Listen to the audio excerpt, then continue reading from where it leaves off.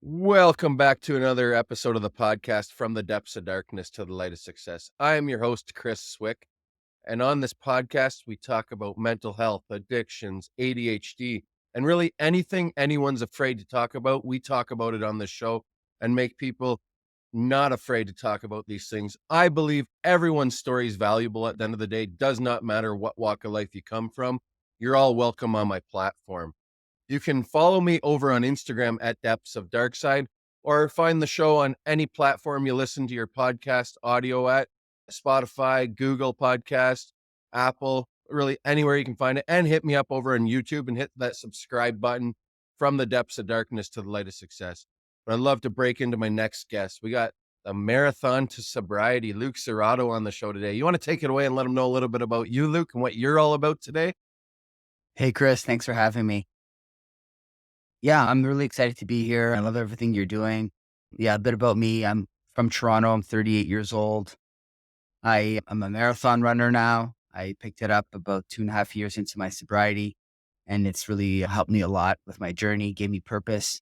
And yeah, so I run for fun. I'm also an alcohol-free life coach. So I'm helping people find their authentic self on this journey. And just giving back and or talking and helping people, it brings me a lot of joy and gives me a lot of purpose also. And at the same time, I find that it helps keep me accountable too. So it helps me on my journey because as we know, this is this is something that we will work through, I think, for a very long time. And it's a one day at a time. And I find that when I do these types of things, come on podcasts or doing my coaching calls, it keeps me whole. And it's all about having accountability, or having those accountability partners, or just being held accountable for your actions at the end of the day too, for sure, man. I love that you talk about accountability because that's huge, especially in sobriety and recovery and stuff like that. Yep, absolutely. So can you share with us how your journey with sobriety and running intersected, and how one has helped the other? Yeah, so I was never like looking back in my younger years when I was drinking, even high school or university, even after I hated running. I was always pretty athletic. I played a lot of sports, a lot of team sports, and even after school, like I would work out a lot at the gym. So I always liked to go to the gym or do something, be active. But I picked up running, like I mentioned, 2.5 years into my sobriety. I've been sober for over 6 years now. So about 2.5 years in, I started running and it's been the best thing that I've ever done for myself. It's working out is great, but it's just there's so much time alone. You're in your thoughts. And I just love the fact that you can measure running. Like it's a you versus you thing.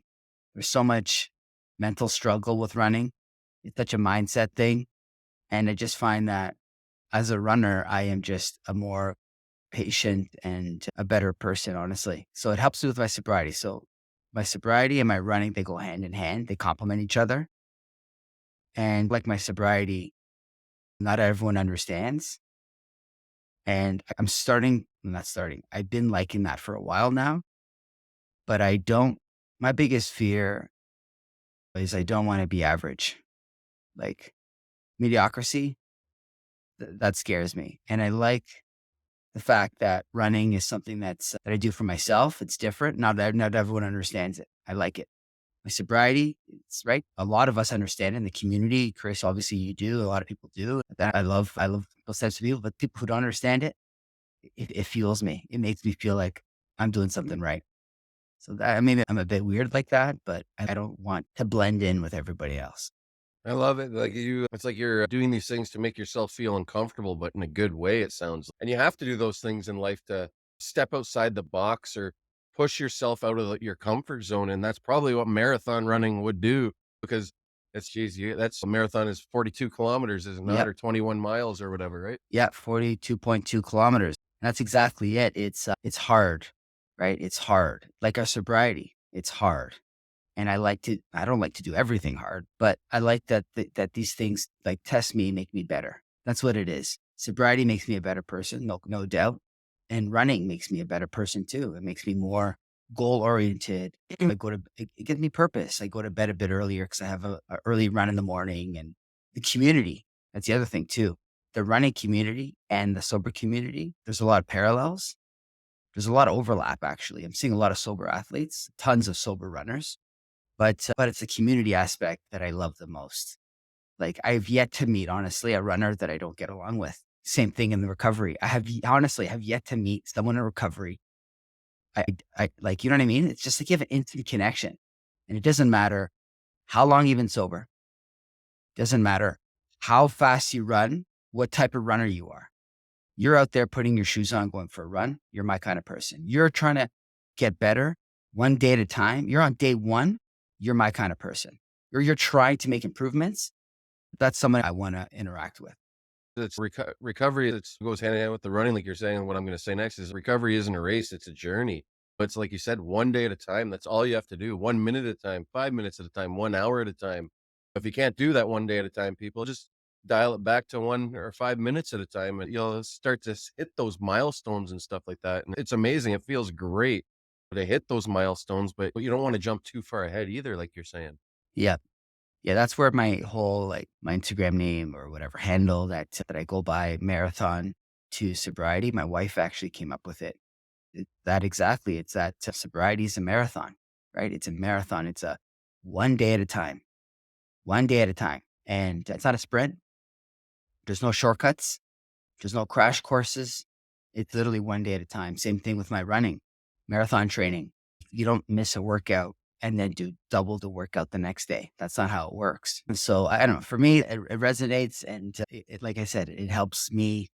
It gives me purpose because the thing was, before I found running, I was 2.5 years sober, right? So I still saw a lot of changes in my life, positive changes, of course, but I hadn't really found other purpose. Like I obviously wasn't using, and I wasn't drinking, and that's a huge win, but I wasn't really doing much else, if that makes sense. I didn't feel like I was growing much. But then when I found running, and running could be anything for anybody else. I'm not like preaching running on anybody. Hey, you need to be a runner. But for me, it gave me purpose. Like it gave me something else that I was doing. It's okay. Hey, look, you're not drinking. You're not going to bed as late. You're not waking up as late. But what else are you doing in your life? And I just found that I was working on becoming a better runner. And that made me feel good. And then when I started being proud of my running again, I'm like nowhere near a professional runner at all.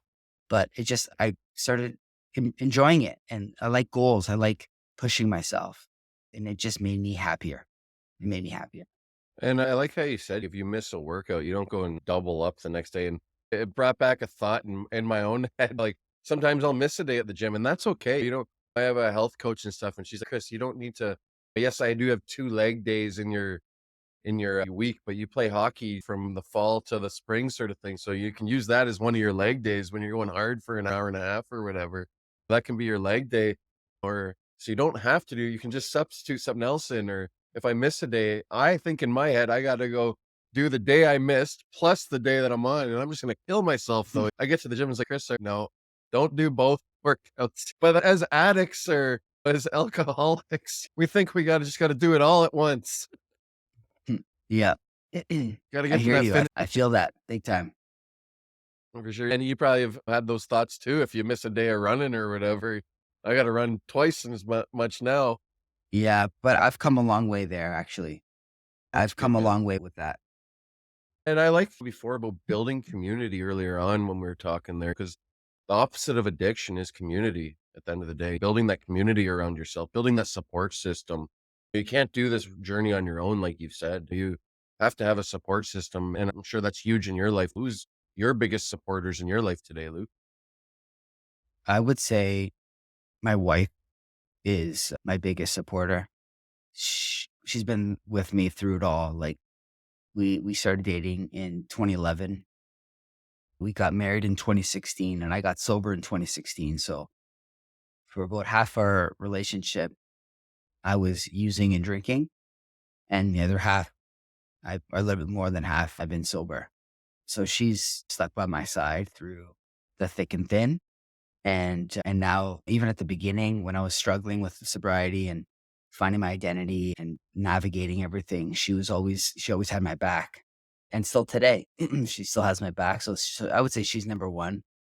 And then a bunch of my like my close friends, my circle of friends, they're very supportive of me, and they're always cheering me on. And my running friends, my sober Instagram friends, I've made a lot of friends online in the last year and a bit since I've been more open.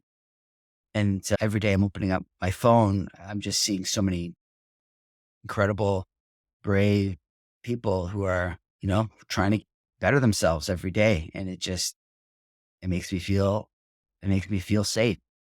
So I have a lot of support. I have to say, I can't complain at all. I have a ton of support in my life. That's amazing, man, and that sorta it really hit home too with me, with my partner as well. She seen me in my worst days, and the demons really, and I still battle my demons today. It's always a challenge every day as a I'm not gonna always be an addict. I don't identify as an addict anymore, but those days are gone, but I remember where I came from, so I don't wanna go back there either. I have my little ones to look out for, my 2 kids, my wife. I have lots of people on my side now, and I gotta remember that though at the end of the day, and I'm glad my wife was there as well. Rubbed my back at night when I was battling those demons coming off everything. So that's kudos to your wife as well, man, for Yours too. sticking by your side. Yeah, we're That's lucky, amazing. Chris. We're Exactly. lucky. We're very lucky. Because there was probably many red flags. My wife told me there was many red flags. I coulda ran, but she chose to stay because she Mm. saw something in it, you know what I mean? Yeah, Like, she saw something better than what she was seeing. yeah, She saw potential, yeah, you know? yeah. That's the Our wives, I'm sure, would have their own version of things to connect on and now laugh at because they see the version of ourselves we are today. You can just hear your voice when you talk about your kids. And I have a daughter. She'll be 4 soon. She also gives me a ton of purpose and yeah, she's 4. She's not supporting me, but she definitely keeps me on track. I'll tell you. Probably You keeps know, you on your toes too at keeps 4 me years out. old. Yeah, that's for sure. That's for sure. If you didn't know how to run, you know how to now, man. Trust I got a 16-year-old and an 8-year-old. Oh, yeah, wow. You Oh, yeah. started quite a bit earlier than I did. Yes. Yes, I did. It's awesome to see them grow up though and just see and be able to be sober for it or clean as well. I get messages from my son all the time. Just he's seen a lot more than my daughter would have per se. And he tells me, he messages me, I'm very proud of you, Dad. And those Wow. messages bring me to tears somewhere. And he'll just message me, I love you, and I just want you to know I'm proud of you and how far you've come, just simple little message from that from a teenager. It's nice to see. And what an example you're being for your kids too. I'm sure you're not preaching sobriety that, hey, you need to not drink too, but just to have that example in their life, somebody to look up to, Eh, that's and I want him to make his own choices. yeah, If he for sure. wants to go try something, I don't wish that he goes and tries the stuff I tried or whatever. If he has a sip of booze or smokes a joint, I can't condemn him because I was there in his shoes at one time too, you know what I mean? But I can be there to guide him, and that's what you Yep, gotta do. You gotta guide them. You don't wanna shove this sobriety down their throat, though. It's very preachy then, and then they may resent you for that, though, as well. totally. Yeah, 100%. You don't want them to resent at all. We want the younger generation to obviously learn a bit from our mistakes, but like I think at the end of the day, people need to make their own mistakes. I think my advice would be fail faster. Make a mistake, but don't make the same mistake again and fail faster. Learn your lesson and then work on it or improve. Don't continue.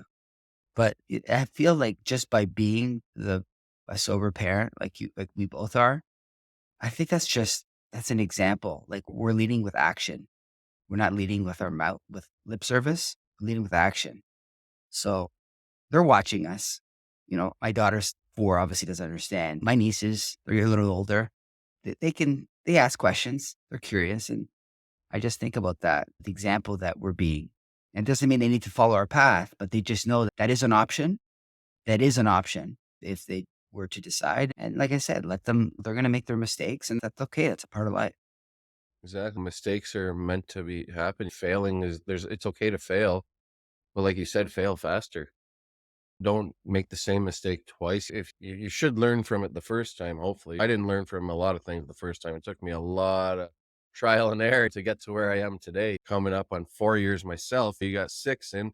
It doesn't matter if you have 40 or 20. We're all the same. We're all the same, Exactly. 100%. Y'all can't take it for granted, that's for sure. You can't take Definitely. this thing for granted. As soon as No. you get complacent, you start saying, "Hey, I got this thing," that's when this thing will come bite you right in the ass. I said that many times. I could just one more day, one more day turned into many more years for me. This is the last time, I don't know how many times I told myself this is the last time, and it never happened. I just had to dig deep and tell myself I can't do this anymore. I need help. I can't do this on my own. And that's why I'm so happy about building this community that so many people have built online and been able to meet so many amazing people like yourself through this community and meet people in person to have those hard talks with other men or women in sobriety or recovery as well. It's amazing, man. Yeah, the community is everything, and that's we were talking before we went on air, and I did my first sober event in Toronto last week, and that was just it was just such a feeling to meet people face to face who are also on this journey and to connect with them.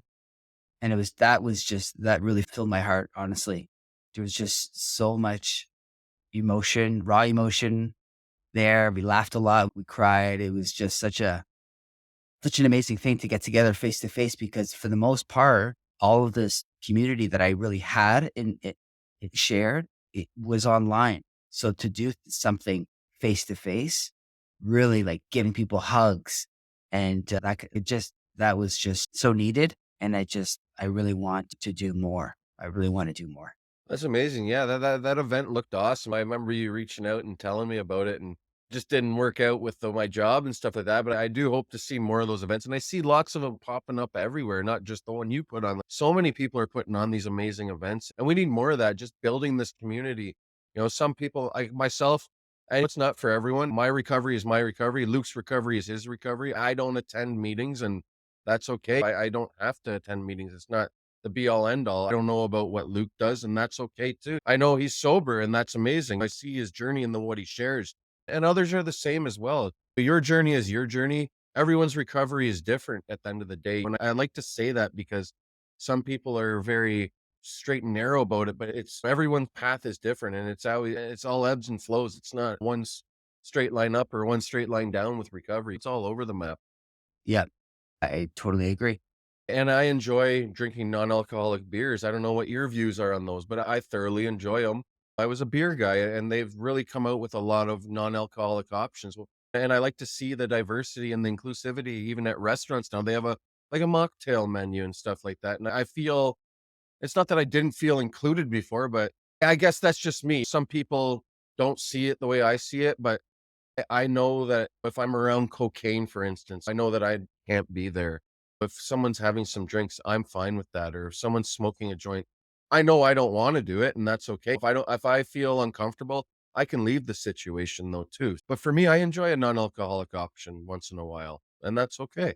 Yeah, yeah, I do too. I think I would be lost actually if I didn't have my alcohol-free beers, especially in social situations. I don't crave it really at night. Like I don't need it. But once in a while, if I'm watching a sports game and I have pizza, I'll have alcohol-free beer.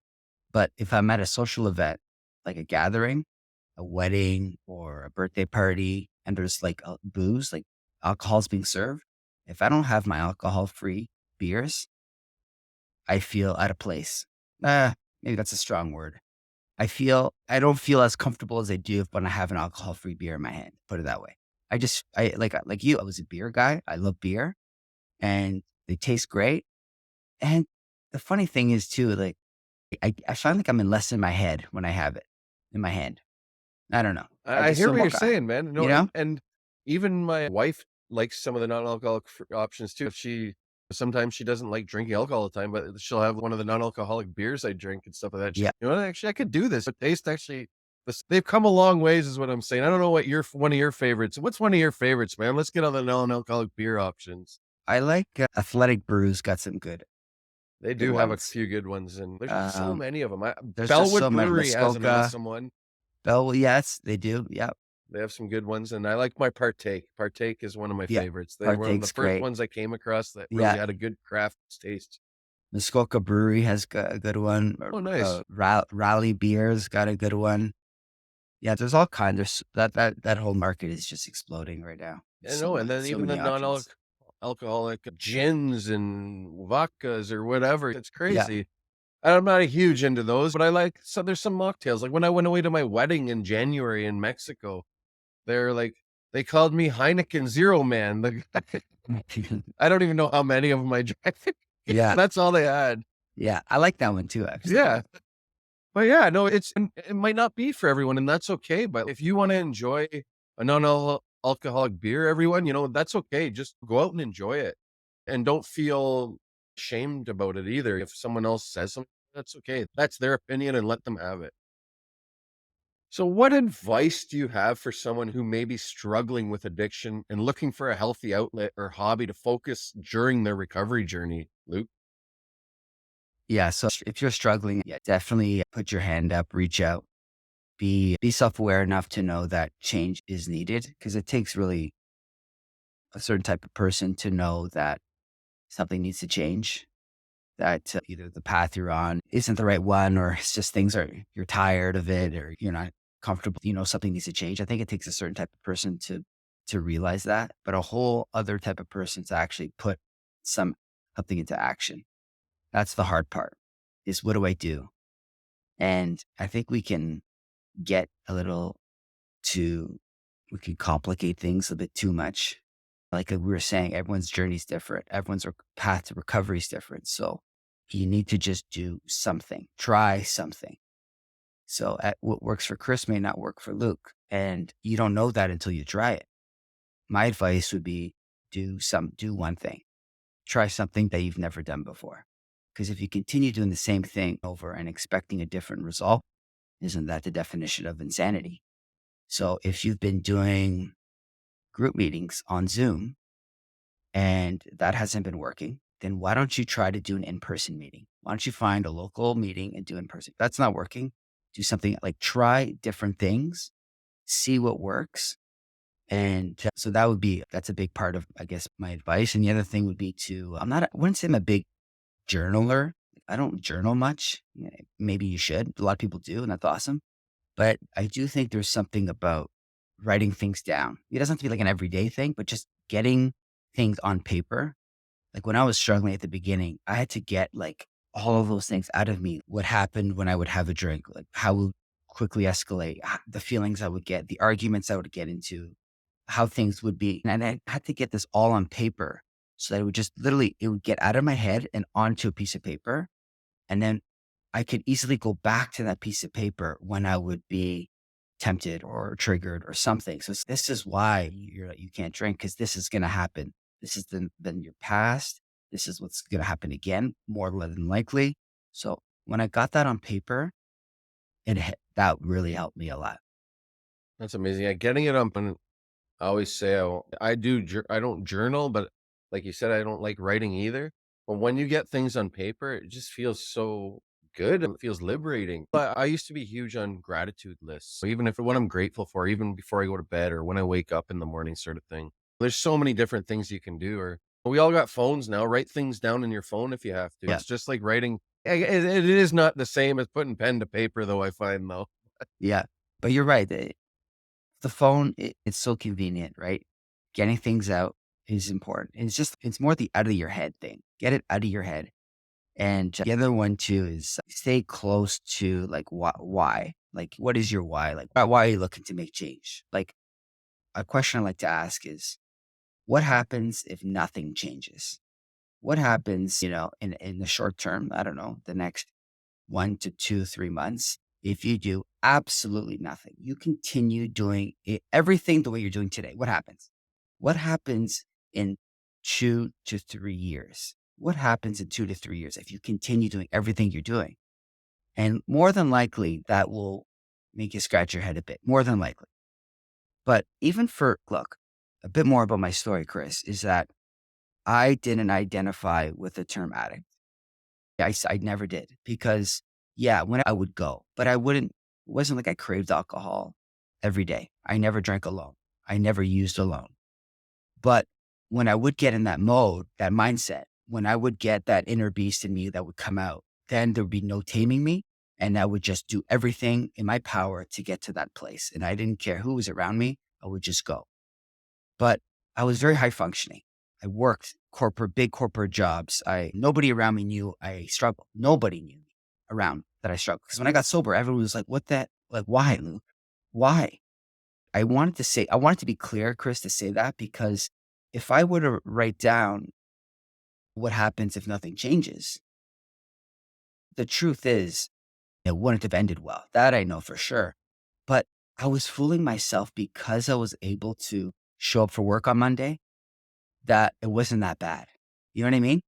And for me, that was hard because I feel like I prolonged things because I convinced myself it wasn't that bad.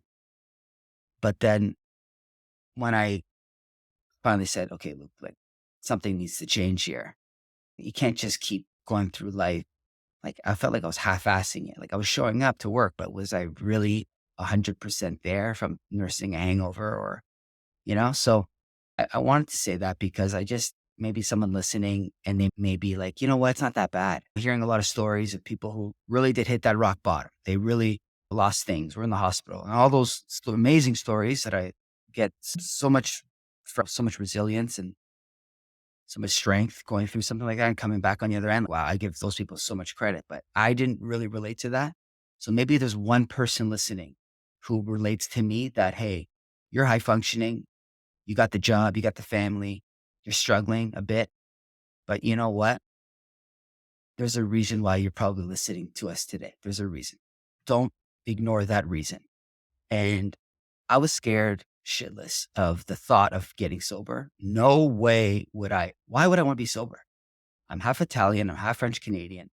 My culture, everyone around me, like alcohol was a huge part of my life, my identity. This fun guy, confident guy, a lot of friends. Like, why would I ever want to be sober? And I was scared. I was terrified that I would lose myself, that I wouldn't be fun and all these things. But it's been 1000% the best thing I've ever done for myself, ever. I love that you point that out because, drugs and alcohol were a huge part of my identity. I was like, I'm going to lose all these friends. I'm going to lose all these people in my life. But at the end of the day, lots of these people that were in my life speaking for myself, were just acquaintances at the end of the day. And but I can tell you right now, Luke, and I don't know, maybe you can vouch too, but I've had some of the best times of my life sober. I'm not saying I didn't have fun partying back in the day. Like I can reminisce and yeah, that was a good time or whatever, but I've also done some really stupid things too. And but I can still do stupid things sober and have fun and remember it the next day or joke and laugh. I didn't think I'd be able to laugh and joke with people anymore or have fun and be silly, but you can though still. I'm telling you people, there's so much fun to be had in sobriety, man, with the communities that are being built and stuff like that. Yeah, totally agree. 100% agree. And I had the same fear that I would lose that silly side of myself or I would just take myself so seriously because I don't drink. But that's far from the truth. Yeah, you can That's still far have a from the truth. laugh. If you're still around friends or family that have had some drinks, that's okay. But if you're feeling uncomfortable too, like I said earlier, you can remove yourself and that's okay too. And people have to respect that. Or when people ask, why did you get sober? It doesn't matter why I don't drink. It doesn't matter. I don't drink. And that's all you need to know. Mhm. Sometimes you don't just, some people come across ignorant. You know what I mean? I don't mind sharing my story. I'm different, but some people are like, well, that's silly that you did it that way. No, it's not. That's my choice. And you have to be okay with it. You don't need to push any further either. Respect people in their sobriety as well is what I'm trying to say. Yeah. Yep.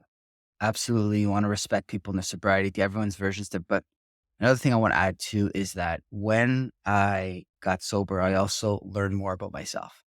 Like self discovery, you learn, who you are, what you like. You remove that thing that we use often. It's you learn about yourself. I created this life of the party image, and I was a people pleaser. Like I really wanted people to like me. I was trying to be funny all the time, and it was really draining to be that person all the time. Especially when I drank, right? Like when I drank, I became that person.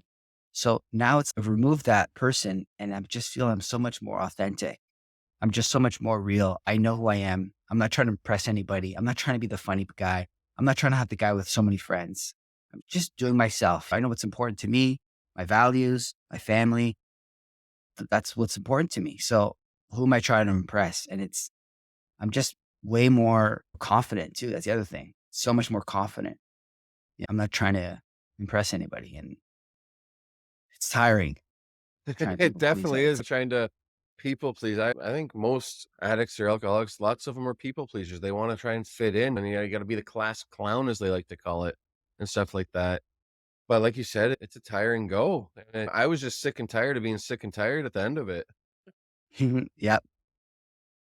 Can you talk about a specific marathon experience that was particularly meaningful to you and how it ties into your sobriety journey? That's a great question, Chris. Love that question. How it ties into my sobriety. So I find that just running in general is day to day is tying into my sobriety. But a specific running experience, I would say probably running the Boston Marathon last year. No. I qualified in my first marathon. Yeah, because you got to qualify for the Boston Marathon for people that don't know it. You don't just get to sign up and say, "Hey, I'm showing up today." Yeah, you can, but you have to raise, I think it's $5,000 minimum. Yeah. So, Okay. but most people who run are qualified. But there's a lot of amazing charities out there. If you're doing a charity there and you're raising 5,000 for yourself, that's an amazing fee. You deserve to run. 100%, you deserve to run. But yeah, for me, I think it was because mm, for me, running Boston, qualifying for Boston Marathon, this prestigious marathon, was a big deal for me. And the fact that I did it, it just made me realize that there's nothing I can't do if I put my mind to. And I find that ties into my sobriety because I really believe that I'm a big mindset person, right? Big mindset. And Henry Ford says, whether you believe you can or believe you can't, you're right. And so for me, that was a lesson to myself that I grew up not as a runner, hated running, picked up running, but I worked my ass off, got a coach, worked like running 6, 7 days a week. I really liked it. But for me, it was a lesson that I can do anything that I put my mind to. And for me, that ties to my sobriety because it's like my sobriety is hard.